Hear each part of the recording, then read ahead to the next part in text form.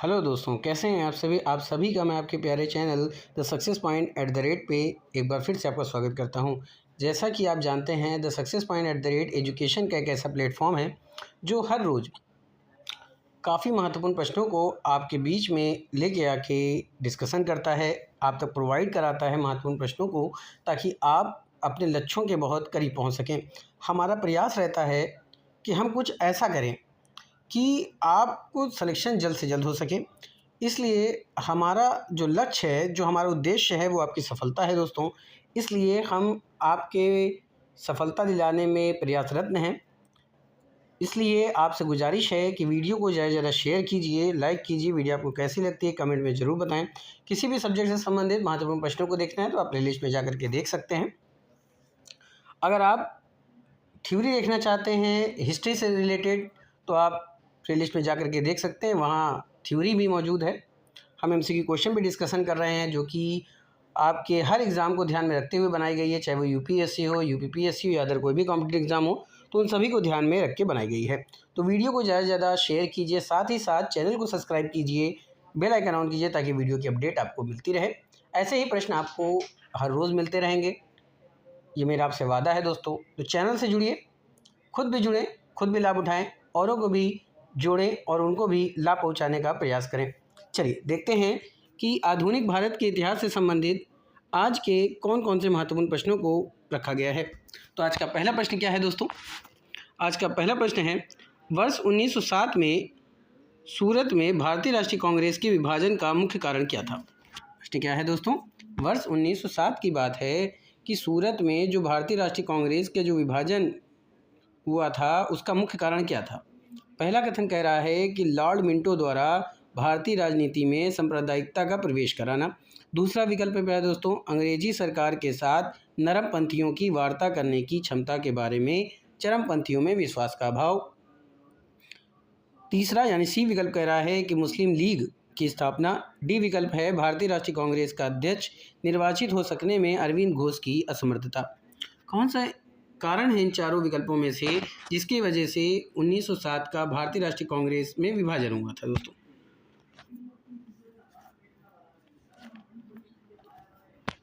तो इसका सही उत्तर है दोस्तों, अंग्रेजी सरकार के साथ नरमपंथियों की वार्ता करने की क्षमता के बारे में चरमपंथियों में विश्वास का अभाव था, जिसके कारण सूरत में भारतीय राष्ट्रीय कांग्रेस का विभाजन हो गया 1907 में। याद रखिएगा। तो आपका बी विकल्प सही हो जाएगा दोस्तों। कौन सा विकल्प सही हो जाएगा? बी विकल्प सही हो जाएगा। अगला प्रश्न क्या है? सर स्टेफर्ड क्रिप्स की योजना में यह परिकल्पना थी कि द्वितीय विश्व के युद्ध के बाद भारत को पूर्ण स्वतंत्रता प्रदान की जानी चाहिए। दूसरा विकल्प कह रहा है कि स्वतंत्रता प्रदान करने के पहले भारत को दो भागों में विभाजित करना चाहिए। तीसरा कह रहा है कि भारत को इस शर्त के साथ गणतंत्र बना देना चाहिए कि वो राष्ट्रमंडल में शामिल होगा। और चौथा यानी डी विकल्प कह रहा है कि भारत को डोमिनियन स्टेट दे देना चाहिए। तो इन चारों विकल्पों में से कौन सा सही उत्तर होगा, ये आपको पता करके यानी चारों विकल्पों को ध्यान में रखते हुए उत्तर देना है। प्रश्न क्या है कि सर स्टेफर्ड क्रिप्स की योजना में यह परिकल्पना थी कि द्वितीय विश्व युद्ध के बाद क्या होगा।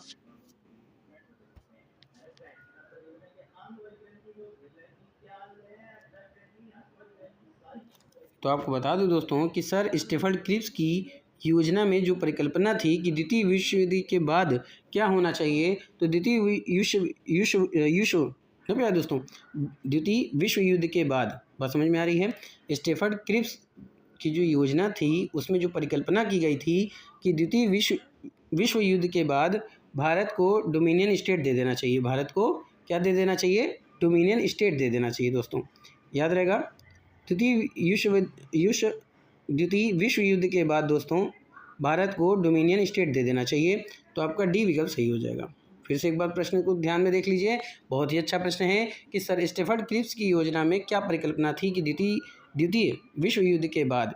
तो प्यारे दोस्तों, स्टेफर्ड क्रिप्स योजना में ये बात कही गई थी, ये परिकल्पना की गई थी कि द्वितीय विश्व युद्ध के बाद भारत को डोमिनियन स्टेट दे देना चाहिए। तो आपका डी विकल्प सही हो जाएगा। चलते हैं अगले प्रश्न। प्यारे दोस्तों, अगला प्रश्न क्या पूछ रहा है? स्वदेशी और बहिष्कार पहली बार किस घटना के दौरान संघर्ष की विधि के रूप में अपनाए गए थे? बात समझ में आ रही है? यानी कि स्वदेशी और बहिष्कार को पहली बार किस घटना के दौरान संघर्ष की विधि के रूप में अपनाया गया था, यानी संघर्ष में एक मेथड के रूप में अपनाया गया था, वो कौन सा है? पहला विकल्प कह रहा है बंगाल विभाजन के विरुद्ध आंदोलन, ओमरूल आंदोलन, असहयोग आंदोलन, साइमन कमीशन की भारत यात्रा। तो इन चारों विकल्पों में से कौन सा सही उत्तर है? जिस आंदोलन में संघर्ष की विधि के रूप में स्वदेशी और बहिष्कार को अपनाया गया था। बात समझ रहे हैं दोस्तों? तो स्वदेशी और बहिष्कार को पहली बार बंगाल विभाजन के विरुद्ध आंदोलन में संघर्ष के विधि के रूप में अपनाया गया था। दोस्तों याद रखिएगा, बंगाल विभाजन के विरुद्ध जो आंदोलन किया गया था उसमें स्वदेशी और बहिष्कार को पहली बार संघर्ष की विधि के रूप में अपनाया गया था। तो आपका ए विकल्प सही हो जाएगा, याद रखिएगा दोस्तों। और ये सभी प्रश्न क्या हैं आपके लिए इंपॉर्टेंट हैं। अगला प्रश्न क्या है? वर्ष 1907 की बटलर कमेटी का उद्देश्य क्या था? तो वर्ष 1927 की बटलर कमेटी का जो उद्देश्य था दोस्तों वो क्या था? आपके विकल्प है केंद्रीय एवं प्रांतीय सरकारों की अधिकारिता निश्चित करना, भारत के सेक्रेटरी ऑफ स्टेट की शक्तियां निश्चित करना, राष्ट्रवादी प्रेस पर सेंसर व्यवस्था अधिरोपित करना, चौथा विकल्प है कि भारत सरकार एवं देशी रियासतों के बीच जो संबंध है उसको सुधारना। बात समझ रहे हैं? 1927 की जो बटलर कमेटी का उद्देश्य था वो क्या था? बहुत ही शानदार प्रश्न है दोस्तों। पहला विकल्प है केंद्रीय एवं प्रांतीय सरकारों की अधिकारिता को निश्चित करना। दूसरा कह रहा है कि भारत के सेक्रेटरी ऑफ स्टेट की शक्तियां निश्चित करना। तीसरा है राष्ट्रवादी प्रेस पर सेंसर व्यवस्था अधिरोपित करना। और डी विकल्प है कि भारत सरकार एवं देशी रियासतों के बीच संबंध को सुधारना। बात समझ रहे हैं? तो प्यारे दोस्तों, वर्ष 1927 की बटलर कमेटी का जो उद्देश्य था वो क्या था? तो वो था भारत सरकार एवं देशी रियासतों के बीच संबंध को सुधारना। तो आपका डी विकल्प यहाँ पे क्या हो जाएगा दोस्तों? सही हो जाएगा। चलते हैं अगले प्रश्न की तरफ। अगला प्रश्न है दोस्तों कि निम्नलिखित युग्मों पर विचार कीजिए। पहला कह रहा है कि राधाकांत देव ब्रिटिश इंडियन एसोसिएशन के प्रथम अध्यक्ष थे। दूसरा कह रहा है कि गजलू लक्ष्मी नरसू चेट्टी मद्रास महाजन सभा के संस्थापक थे। तीसरा है सुरेंद्रनाथ बनर्जी। सुरेंद्रनाथ बनर्जी का संबंध इंडियन एसोसिएशन के संस्थापक थे। गजलू लक्ष्मी नरसू जो चेट्टी थे वो मद्रास महाजन सभा के संस्थापक थे। राधाकांत देव ब्रिटिश इंडियन एसोसिएशन के प्रथम अध्यक्ष थे। तो इन तीनों में से कौन सही सुमेलित है? आपको उसका फटाफट से प्यारे दोस्तों उत्तर देने का प्रयास कीजिए। बहुत ही लाजवाब प्रश्न है। उपरोक्त युग्मों में से कौन सा सही सुमेलित है? पहला सही है, पहला और तीसरा सही है, दूसरा तीसरा सही है, या ये सभी सही हैं? तो प्यारे दोस्तों, राधाकांत देव की बात करें तो ब्रिटिश इंडियन एसोसिएशन के ये प्रथम अध्यक्ष थे। क्या ये बात सही है? तो बिल्कुल प्यारे दोस्तों ये बात सही है। गजलू लक्ष्मी नरसू चेट्टी की बात करें, ये मद्रास महाजन सभा के संस्थापक थे, तो ये गलत है। सुरेंद्रनाथ बनर्जी जो थे वो इंडियन एसोसिएशन के संस्थापक थे, तो ये बिल्कुल सही है। तो पहला तीसरा जिस विकल्प में देगा वही इसका सही उत्तर है। तो पहला तीसरा दे रहा है प्यारे दोस्तों बी विकल्प में, तो बी विकल्प आपका सही हो जाएगा। तो P is the right answer for this question. और ये इंपॉर्टेंट होगा प्यारे दोस्तों। मैं इंपॉर्टेंट लिखूँ या ना लिखूँ प्यारे दोस्तों, आप इंपॉर्टेंट समझ के पढ़िएगा, क्योंकि ये सभी प्रश्न आपके हर एग्ज़ाम के लिए इंपॉर्टेंट हैं। चलिए आगे चलते हैं अगले प्रश्न की तरफ। अगला प्रश्न क्या पूछ रहा है दोस्तों कि मणिपुरी संकीर्तन के संदर्भ में निम्नलिखित कथनों पर विचार कीजिए। पहला कथन कह रहा है कि यह गीत और नृत्य का प्रदर्शन है। दूसरा कह रहा है केवल करताल यानी सिंबल ही एकमात्र वाद्य यंत्र है जो इस प्रदर्शन में प्रयुक्त होता है। तीसरा कह रहा है यह भगवान कृष्ण के जीवन और लीलाओं को वर्णित करने के लिए प्रदर्शित किया जाता है। बात समझिए दोस्तों, जो मणिपुरी संकीर्तन है उसके लिए कौन सी बात सही है? पहला कह रहा है कि जो मणिपुरी संकीर्तन है ये गीत और नृत्य का प्रदर्शन है, केवल सिंबल ही वह एकमात्र वाद्य यंत्र है जो इस प्रदर्शन में इस्तेमाल किया जाता है। तीसरा कह रहा है यह भगवान कृष्ण के जीवन और लीलाओं को वर्णित करने के लिए प्रदर्शित किया जाता है। तो इसमें कौन सी बात सही है? तो प्यारे दोस्तों, ध्यान से देखा जाए बहुत ही आसानी से इसका उत्तर दिया जा सकता है। यह गीत और नृत्य का प्रदर्शन है, बिल्कुल सही है। केवल करताल ही वह एकमात्र वाद्य यंत्र है जो इस प्रदर्शन में प्रयुक्त किया जाता है, तो ये गलत है।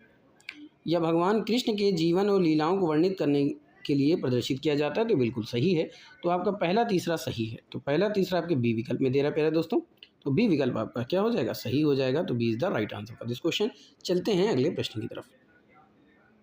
प्यारे दोस्तों, अगर आप चैनल पर नए विजिटर हैं तो आपसे दिली गुजारिश है कि ऐसे ही महत्वपूर्ण प्रश्नों को प्राप्त करने के लिए चैनल से बने रहिए। चैनल को सब्सक्राइब कीजिए, बेल आइकन ऑन कीजिए ताकि वीडियो की अपडेट आपको मिलती रहे।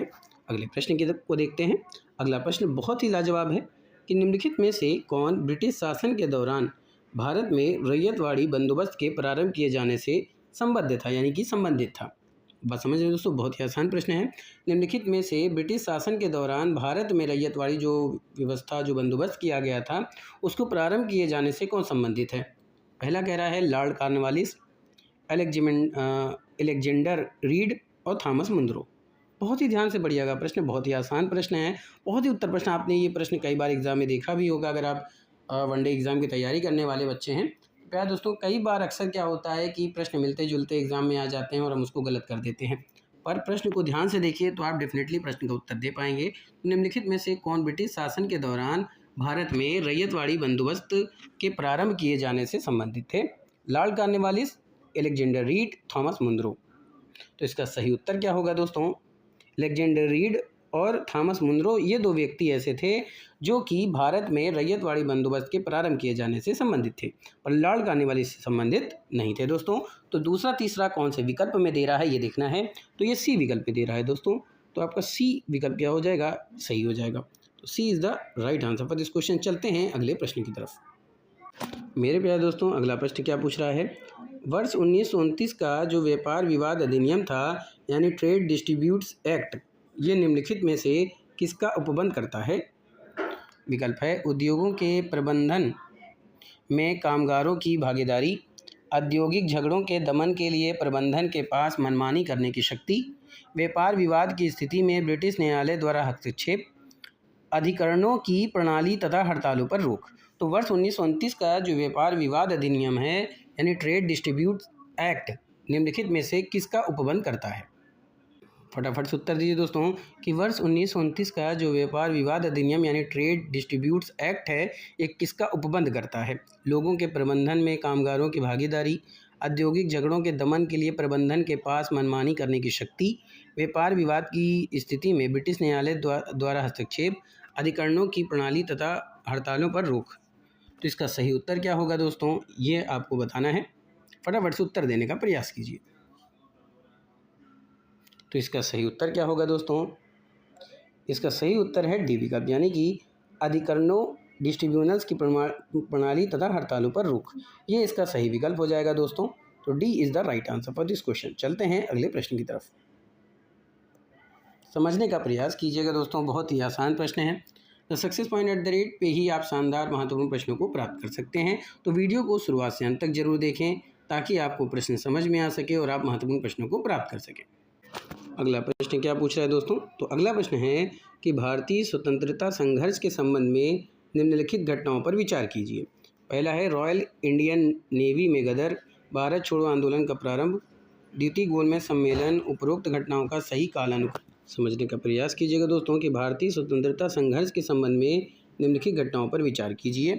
पहला है रॉयल इंडियन नेवी में गदर, भारत छोड़ो आंदोलन का प्रारंभ, द्वितीय गोलमेज सम्मेलन। ये उपरोक्त घटनाओं का सही कालानुक्रम क्या है। पहले कौन सी घटना घटित हुई, उसके बाद कौन सी घटना घटी, फिर उसके बाद कौन सी घटना घटी, उसके आधार पर आपको उत्तर देना है। क्या दोस्तों, अगर बात किया जाए रॉयल इंडियन नेवी में गदर की, है ना, तो रॉयल इंडियन नेवी में गदर ये कब हुआ था, भारत छोड़ो आंदोलन कब हुआ था, द्वितीय गोलमेज सम्मेलन कब हुआ था। क्या दोस्तों, अगर रॉयल इंडियन नेवी में गदर की बात करें तो ये 1946 में हुआ था। कब हुआ था, 18 फरवरी को। और भारत छोड़ो आंदोलन 1942 में हुआ था। द्वितीय गोलमेज सम्मेलन कब हुआ था, तो द्वितीय गोलमेज सम्मेलन हुआ था 1931 में दोस्तों, है ना। बताइए 1931 में हुआ था कि 1932 में हुआ था। तो प्यारे दोस्तों, द्वितीय गोलमेज सम्मेलन 1931 में हुआ था, भारत छोड़ो आंदोलन 1942 में हुआ था, रॉयल इंडियन 1946 में। रॉयल इंडियन की बात करें तो ये 1946 में हुआ था दोस्तों, याद रखिएगा। भारत छोड़ो आंदोलन 1942 में हुआ था। द्वितीय गोलमेज सम्मेलन तो ये 1931 में हुआ था, याद रखिएगा। अब इसी आधार पर उत्तर देना है। तो सबसे पहली घटना कौन सी घटित हुई थी, द्वितीय गोलमेज सम्मेलन, यानी कि तीसरा होगा आपका। उसके बाद दूसरा यानी भारत छोड़ो आंदोलन, और उसके बाद रॉयल इंडियन नेवी में गदर। तो यानी 3-2-1 आपके सी विकल्प में दे रहा है प्यारे दोस्तों, सी विकल्प आपका सही हो जाएगा। तो C is the right answer for this question. चलते हैं अगले प्रश्न की तरफ। अगला प्रश्न क्या है दोस्तों, तो अगला प्रश्न है भारतीय इतिहास के संदर्भ में वैध शासन यानी डायरकी सिद्धांत किससे निर्देशित करता है? समझ में आ रही दोस्तों? प्रश्न है कि भारतीय इतिहास के संदर्भ में जो वैध शासन है यानी डायरकी जो सिद्धांत है किसे निर्दिष्ट करता है, यानी किसे बतलाता है, किसे बताता है, किसे प्रदर्शित करता है? तो पहला विकल्प है कि केंद्रीय विधानमंडल का 2 सदनों में विभाजन, 2 सरकारों अर्थात केंद्रीय और राज्य सरकारों का शुरू किया जाना, 2 शासक समुच्चय, एक लंदन में और दूसरा दिल्ली में होना। चौथा है प्रांतों के प्रतियोजित विषयों का 2 प्रवर्गों में विभाजन। तो भारतीय इतिहास के संदर्भ में वैध शासन यानी डायरकी सिद्धांत किसे निर्दिष्ट करता है? बात समझ में आ रही दोस्तों? किसे निर्दिष्ट करता है? तो ये निर्दिष्ट करता है प्रांतों के प्रतियोजित विषयों का 2 प्रवर्गों में विभाजन, यानी कि आपका डी विकल्प यहाँ पे सही हो जाएगा दोस्तों। अगला प्रश्न क्या है? मोडी लिपि का प्रयोग किनके लेखों में किया जाता है? समझ में आ रही बात? मोडी लिपि का प्रयोग किनके लेखों में किया जाता है? वोडेयारों के, जमोरिनों के, होयसालों के या फिर मराठों के?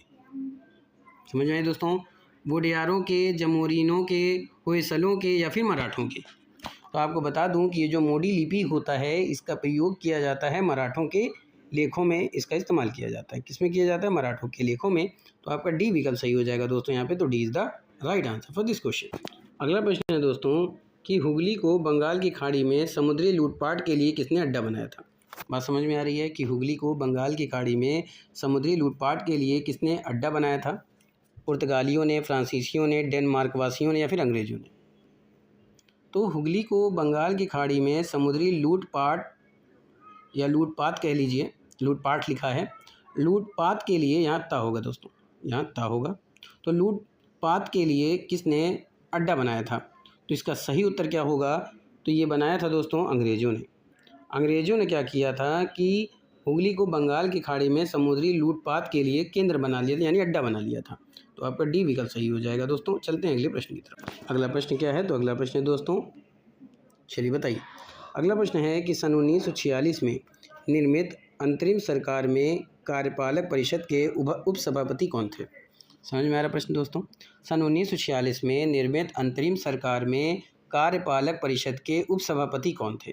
Jawaharlal Nehru, doctor S Radhakrishnan, Shri Rajagopalachari, doctor Rajendra Prasad? तो आपको बता दूं दोस्तों, सन 1946 में जो अंतरिम सरकार निर्मित की गई थी उसमें कार्यपालक परिषद के जो उपसभापति थे वो कौन थे?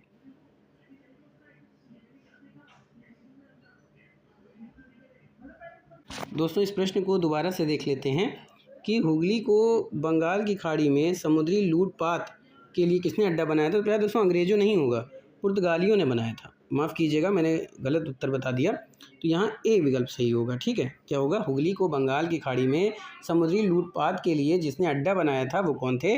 पुर्तगाली थे दोस्तों। चलते हैं अगले प्रश्न की। अगला प्रश्न क्या है? सन 1946 में निर्मित अंतरिम सरकार में कार्यपालक परिषद के उपसभापति कौन थे? Jawaharlal Nehru, doctor S Radhakrishnan, Shri Rajagopalachari, doctor Rajendra Prasad? तो प्यारे दोस्तों 1946 में जो अंतरिम सरकार गठित की गई थी उसमें कार्यपालक परिषद के जो उपसभापति थे वो थे पंडित जवाहरलाल नेहरू। कौन थे? पंडित जवाहरलाल नेहरू। तो यानी ए विकल्प सही हो जाएगा। तो A is the right answer for this question. अगला प्रश्न क्या है? निम्नलिखित में से कौन सा युग्म सही सुमेलित नहीं है? पहला है जमनालाल बजाज वर्धा का सत्याग्रह आश्रम, दादा भाई नौरोजी बम्बई एसोसिएशन, लाला लाजपत राय लाहौर का राष्ट्रीय विद्यालय, बाल गंगाधर तिलक सत्यशोधक सभा। दोस्तों बात समझ में आ रही है? जमनालाल बजाज वर्धा का सत्याग्रह आश्रम, दादा भाई नौरोजी बम्बई एसोसिएशन, लाला लाजपत राय लाहौर का राष्ट्रीय विद्यालय, बाल गंगाधर तिलक सत्यशोधक सभा। तो आइए देखते हैं। तो जमनालाल बजाज की बात करें, वर्धा का सत्याग्रह आश्रम, तो ये सही है। दादा भाई नौरोजी बम्बई एसोसिएशन, ये भी सही है। लाला लाजपत राय लाहौर का राष्ट्रीय विद्यालय, ये भी सही है। बाल गंगाधर तिलक सत्यशोधक सभा, तो ये गलत हो जाएगा दोस्तों। समझ में आ रही है? ये क्या हो जाएगा? ये विकल्प यानी डी विकल्प आपका क्या हो जाएगा? गलत हो जाएगा। यही पूछ रहा है कौन सा विकल्प गलत है, तो डी विकल्प सही हो जाएगा। तो D is the right answer for this question. अगले प्रश्न की तरफ चलते हैं। अगला प्रश्न है दोस्तों, महात्मा गांधी ने 1930 में सविनय अवज्ञा आंदोलन का आरंभ कहाँ से किया था? सेवाग्राम से, डांडी से, साबरमती से या फिर वर्धा से? महात्मा गांधी ने 1930 ईस्वी में सविनय अवज्ञा आंदोलन का आरंभ कहाँ से किया था? तो महात्मा गांधी ने 1930 में सविनय अवज्ञा आंदोलन का जो आरंभ किया था वो कहाँ से किया था? तो वो किया था दोस्तों साबरमती से। कहाँ से किया था? साबरमती आश्रम से किया था, याद रखिएगा। सी विकल्प सही हो जाएगा, तो C is the right answer for this question. अगला प्रश्न क्या है? स्वतंत्रता आंदोलन के क्रांतिकारी आतंकवादियों का पहला महत्वपूर्ण साहसिक कार्य बर्रा डकैती का स्थान क्या था? बम्बई कर्नाटक में, पंजाब में, पूर्वी बंगाल में, मद्रास प्रेसिडेंसी में? स्वतंत्रता आंदोलन के क्रांतिकारी आतंकवादियों का पहला महत्वपूर्ण साहसिक कार्य बर्रा डकैती का स्थान क्या था? तो बर्रा डकैती का स्थान था प्यारे दोस्तों पूर्वी बंगाल। क्या था दोस्तों? पूर्वी बंगाल, याद रखिएगा, पूर्वी बंगाल। तो सी विकल्प आपका सही हो जाएगा, तो C is the right answer for this question. अगला प्रश्न है दोस्तों कि निम्नलिखित में से कौन सी नदी 3 बार 2 धाराओं में विभक्त हो जाती है और कुछ मील आगे जाकर के पुनः मिल जाती है और इस प्रकार से श्रीरंगपट्टनम, शिव समुद्रम और श्रीरंगम के द्वीपों का निर्माण करती है? बात समझने का प्रयास कीजिएगा। कह रहा है कि कौन सी एक नदी है जो 3 बार 2 धाराओं में टूटती है यानी अलग हो जाती है और कुछ मील आगे जाकर के पुनः मिल जाती है और इस प्रकार से श्रीरंगपट्टनम, शिव समुद्रम और श्रीरंगम के द्वीपों का निर्माण करती है? कावेरी नदी, तुंगभद्रा नदी, कृष्णा नदी या फिर गोदावरी नदी? समझ रहे हैं दोस्तों? उस नदी का आपको नाम बताना है। तो दोस्तों अगर बात किया जाए तो ये कावेरी नदी एक ऐसी नदी है जो 3 बार 2 धाराओं में विभक्त हो जाती है और श्रीरंगपट्टनम, शिव समुद्रम और श्रीरंगम द्वीपों का निर्माण करती है। तो नदी कौन सी है? तो कावेरी नदी है। तो ए विकल्प प्यारे दोस्तों आपका सही हो जाएगा, तो A is the right answer for this question. अगला प्रश्न क्या है? निम्न में से कौन सा पंचशील का सिद्धांत नहीं है? समझ रहे हैं? निम्न में से कौन सा पंचशील का सिद्धांत नहीं है? तो पहला है गुट निरपेक्षता, शांतिपूर्ण सहअस्तित्व, एक दूसरे की क्षेत्रीय अखंडता और संप्रभुता का सम्मान करना, एक दूसरे की आंतरिक व्यवस्था में हस्तक्षेप न करना। बात समझ में आ रही है दोस्तों? एक दूसरे की आंतरिक व्यवस्था में हस्तक्षेप न करना। तो जो पंचशील का सिद्धांत नहीं है, आइए देखते हैं और समझने का प्रयास करते हैं। तो भैया दोस्तों गुट निरपेक्षता जो है वो पंचशील सिद्धांत नहीं है। शांतिपूर्ण सहअस्तित्व ये पंचशील का सिद्धांत है। एक दूसरे की क्षेत्रीय अखंडता और संप्रभुता का सम्मान करना भी पंचशील का सिद्धांत है। एक दूसरे की आंतरिक व्यवस्था में हस्तक्षेप न करना ये भी पंचशील का सिद्धांत है। और गुट निरपेक्षता जो है ये पंचशील का सिद्धांत नहीं है, यही आपसे पूछा जा रहा है। तो ए विकल्प आपका सही हो जाएगा, तो A is the right answer for this question. दोस्तों बात समझ में आ रही है? चलिए चलते हैं अगले प्रश्न की तरफ। अगला प्रश्न है दोस्तों, ठगों के दमन में निम्नलिखित में से कौन संबद्ध था? ठीक है, ठगों के दमन में निम्नलिखित में से कौन संबद्ध था यानी किसका संबंध था? General Henry Prendergast, captain Sleeman, Alexander Burns Pemberton, captain Robert? तो विकल्पों के आधार पर उत्तर देने का प्रयास कीजिए। ठगों के दमन में निम्नलिखित में से कौन संबद्ध था या संबद्ध था यानी किसका संबंध जो है ठगों के दमन से था? General Henry Prendergast, captain Sleeman या कह लीजिए captain Sleeman, Alexander Burns Pemberton, captain Robert? तो इसका सही उत्तर क्या है दोस्तों? तो इसका सही उत्तर होगा कैप्टन स्लीमैन। क्या होगा? Captain Sleeman. तो आपका बी विकल्प सही हो जाएगा दोस्तों, तो B is the right answer for this question. अगला प्रश्न क्या है? 1947 में भारतीय राष्ट्रीय कांग्रेस देश के विभाजन के लिए मुख्य रूप से इसलिए सहमत हुई क्योंकि? वो कारण बताइए जो 1947 में भारतीय राष्ट्रीय कांग्रेस जो थी देश के विभाजन के लिए तैयार हो गई थी। उन्हें तब द्विराष्ट्र सिद्धांत स्वीकार था, इसे ब्रिटिश सरकार द्वारा थोपा गया था और कांग्रेस इस मामले में निसहाय थी। वे बड़े पैमाने पर संभावित सांप्रदायिक दंगों को बचाना चाहते थे। भारत स्वाधीनता प्राप्त करने के अवसर से अन्यथा वंचित रह जाता।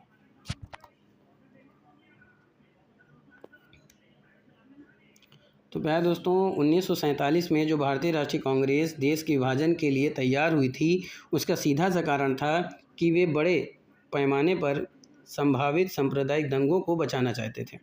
तो आपका सी विकल्प सही हो जाएगा। ठीक है दोस्तों, अगला प्रश्न क्या है?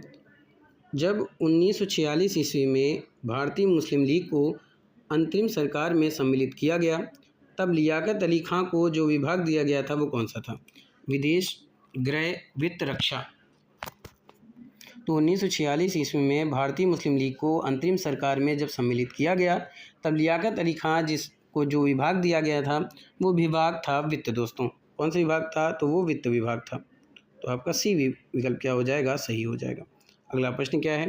भारतीय मुसलमान सामान्य रूप से उग्रवादी आंदोलन की ओर आकर्षित नहीं हुए, इसका क्या कारण था? कह रहा है कि उन पर सर सैयद अहमद खां का प्रभाव था, उग्रवादी नेताओं का मुस्लिम विरोधी दृष्टिकोण, मुस्लिम आकांक्षाओं के प्रति उदासीनता का भाव, उग्रवादियों की हिंदू अतीत का राग अलापने की नीति।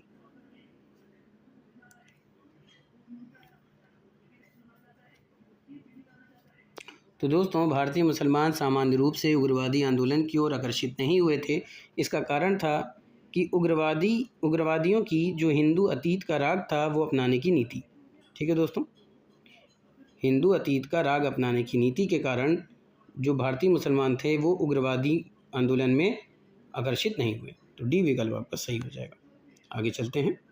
अगला प्रश्न क्या है दोस्तों कि लॉर्ड माउंटबेटन वायसराय के रूप में भारत आए, भारतीय उपमहाद्वीप को विभाजित करने की विशेष हिदायत के साथ, यथासंभव भारत को संयुक्त रखने की विशेष हिदायत के साथ, जिन्ना की पाकिस्तान की मांग को स्वीकार करने की विशेष हिदायत के साथ, कांग्रेस का विभाजन स्वीकार करने के लिए राजी करने के विशेष हिदायत के साथ।